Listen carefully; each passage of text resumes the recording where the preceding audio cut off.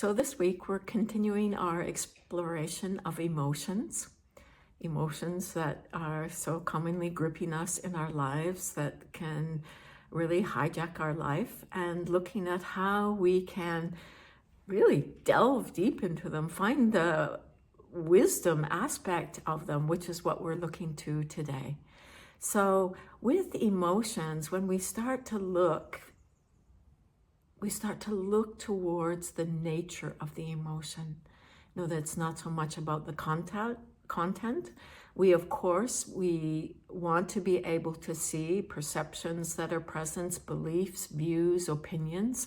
That's a part of clear seeing, being able to see this that's present within the experience of the emotion.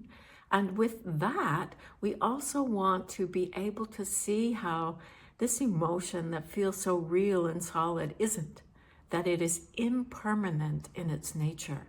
And so we can look to how it's changing within our experience. And very often, because of the illusion of permanence and not having that continuity of awareness in being with an experience, it becomes something solid, something real.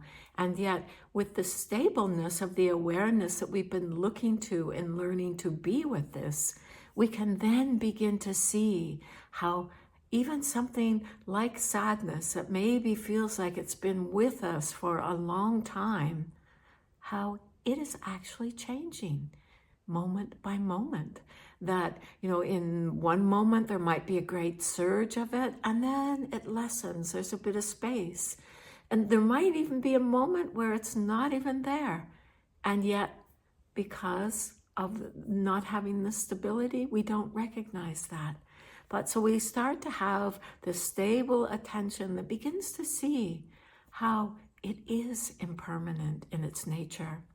And then as we look to the nature of the emotion, we're also looking to how there are many, many component parts to it. You know, something like sadness, that we might feel the weight, the heaviness in our body, that the mind feels dull, depressed, and there might be different thoughts that are present. And so we start to look at all of these different components.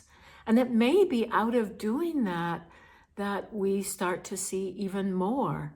And that what we start to see is there's many different components, that they're all in relationship with each other too. That there isn't one thing that is the central to this that is solid, inherently existing in itself. So we start to see that all of these different pieces are in this interdependent relationship. And sometimes even when we start to touch into that, we might even open up the lens further and see that there could be other factors that we haven't even recognized yet that are influencing what's happening within all of these different pieces. So with an emotion, you know, very often we can be carrying something from the past, you know, some way that we may have habitually responded to things, could go back all the way to our childhood. But we start to see that there's a lot of causes and conditions coming together in this play of interdependence. And then within that, we start to see that there isn't anything that we can look to as inherently existing. And when we start to look through this, we start to see that this emotion, like if we explored all of our experience, is empty in essence, meaning it doesn't solidly exist in itself, and that yet still it appears.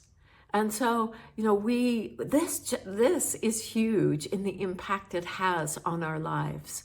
You know, it's really helpful seeing on the relative level how there isn't anything within the emotion that is permanent. There isn't anything that is singular. It's not one thing in itself. and that there isn't anything that's independent in that. All really helpful and a great way to start teasing things apart. But then the great tease when we really look and see that this is empty in its essence, and yet it appears.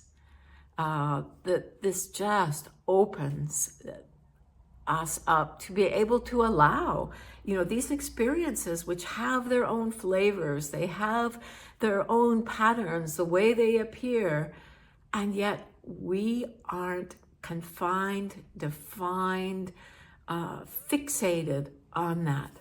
It's such a different experience. And so this is what we want to be exploring as we go into wisdom. So hoping that you can join for the guided meditation where we get some actual experience with this.